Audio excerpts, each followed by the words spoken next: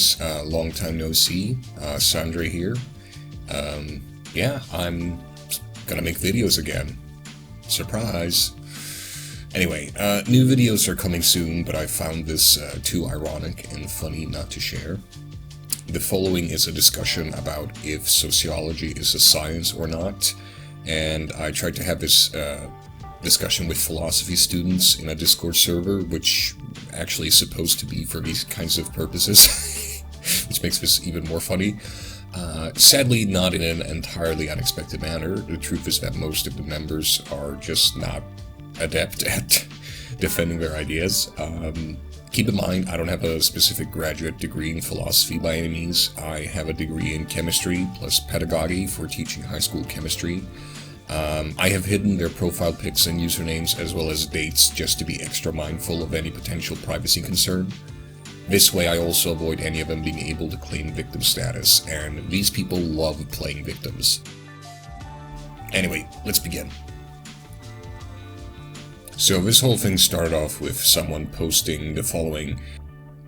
Brian McGee, and why would physics say that sociology is not a science? That's interesting. Putnam, I think the real reason is that the sociologists don't use the inductive method. They probably use it more conscientiously, poor things, than the physicists do. I think it's because they're not as successful. Giggles. Did he really say that? And I come in here and just simply say, sociology is not a science. To which someone has the great idea to try and come with a gotcha, such as, what's a science? I just love these types of people. Anyway, fuck it, I'm already invested, might as well just go with it. Well, one very important aspect is to be able to do controlled experiments. An impossibility in sociology. Oh, and before you mention these two things, one, surveys are not controlled experiments. Far too many people actually try to use that as an example. Two, as for behavioral experiments of test subjects, those are psychological in nature. Psychology is an actual science. Just barely, but it is.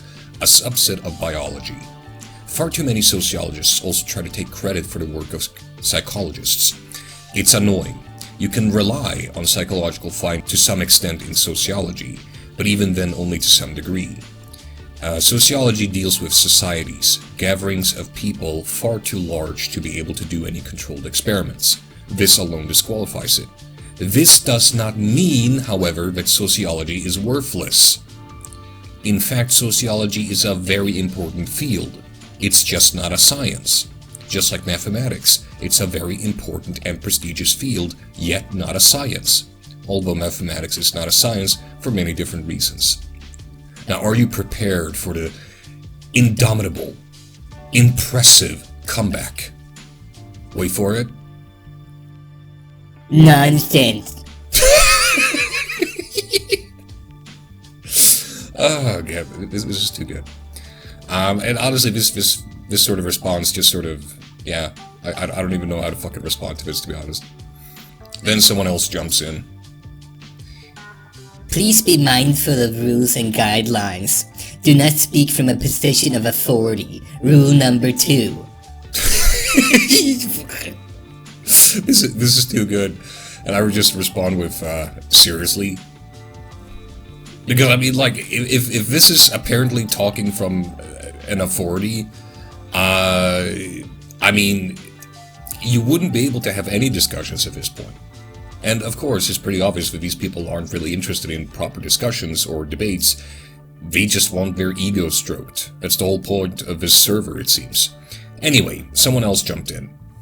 I think to think of science as limited to controlled experiments just excludes a lot of traditionally accepted areas for science. For example, theoretical physics. Oh yeah, I'm sure you know a lot about theoretical physics. Does generally not operate by means of controlled experiments. Much more crucial for something to count as science seems to be engaged in some sort of predictive endeavor, and sociology simply does that. Sidelining the issue that this sociology isn't science talking point, it's mostly just right-wing propaganda to discredit the social sciences. Nice little red herring there at the end, by the way. That's not the only limitation though, just one of them. But yes, a lot of ideas in modern theoretical physics are not actually truly scientific in current day, as they can't be tested with current technology. One example is string theory, which isn't a theory at all, merely a hypothesis. The book The Trouble with Physics, written by a string theorist, actually highlights this issue. By the way, I very much recommend that any one of you read this book, The Trouble with Physics by Lee Smolin. This guy is an actual string theorist, he's an actual expert on the field, and he's written this book explaining one of his biggest pet peeves with modern theoretical physics and its over-reliance on string theory. So this guy actually believes in string theory, but he is honest about the fact that it's not technically a theory, it's just a hypothesis so far. But anyway, I'm getting sidetracked. Let's go back. That theoretical physics isn't truly scientific just shows rather clearly that you might have an idiosyncratic understanding of science. No, I'm not saying that the field is not scientific at all, just that some ideas are currently not. Also, right-wing propagandists can say whatever they want. I'm not one of them. Also, not relevant to my point. You are allowed to define terms however you like. That's fine, of course. However, it's important to notice that you are just making things up as you go along. Fucking hell. Baffling, I'm genuinely not, but I will humor you. How? I will humor you. Don't talk like that.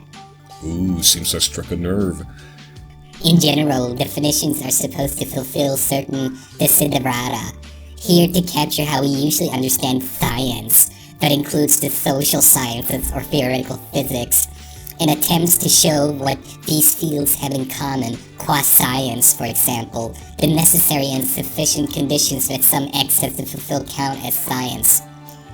Lakatos proposes that what they have in common is that they put forward a research program, and part of a research program can include controlled experiments, but those aren't necessary.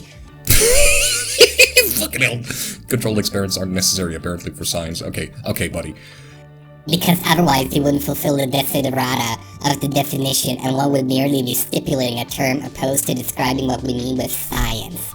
I think even a more limited understanding of science could easily include those mentioned fields by going after predicted models, and those are simply established in both theoretical physics and the social sciences.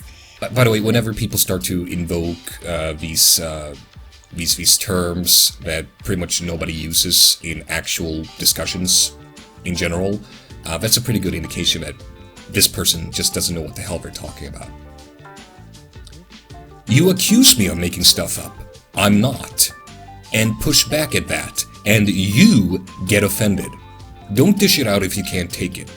Anyway, simple question. How would one effectively falsify a hypothesis, if not through controlled experiments exactly? A lack of falsification is a hallmark of pseudo and non-sciences. And are you ready? Are you ready for the creme de la creme? What type of response am I gonna get, do you think? Drum roll, please.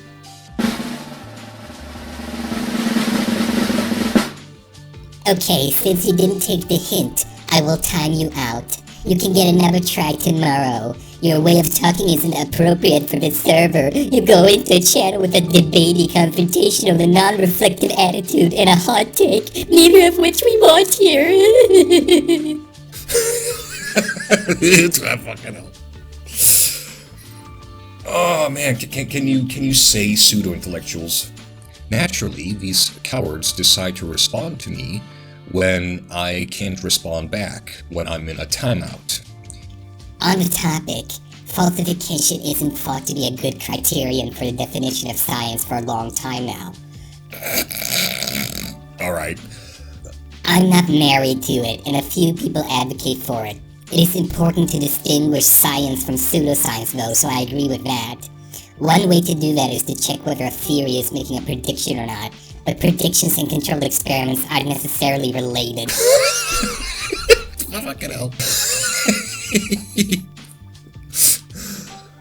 Okay, so predictions and controlled experiments aren't related, apparently. Yeah. I mean, with people like this, who will one day actually enter the arena of academia. Is it any wonder that academia is in freefall? Is it any wonder that academia is now filled to the brim with people who just don't know what the fuck they're talking about? Alright, anyway, that was that. I thought it was just kind of funny, and yeah, I'm gonna start putting up a lot of videos now, so be ready for that. And this video on Ukraine, which, I mean, right now it looks like it's gonna be about 3 hours long. Hopefully I'm gonna have it done within, I don't know, 1 week, 2 weeks maybe. The problem is that the situation in Ukraine is changing all the time, so I have to, like, add more material in real time as I'm editing it, which is a bit of a challenge, but yeah, don't worry, it's gonna be up at some point, and this will be, without a doubt, the most detailed, most informative video you've ever seen on the Ukraine situation, okay? Trust me, I go through like 99% of what you can possibly know so far, okay? So this is gonna be probably, you know, the best documentary you've ever seen on the Ukraine conflict. Okay, so be ready for that. Anyway, take care, guys. Bye!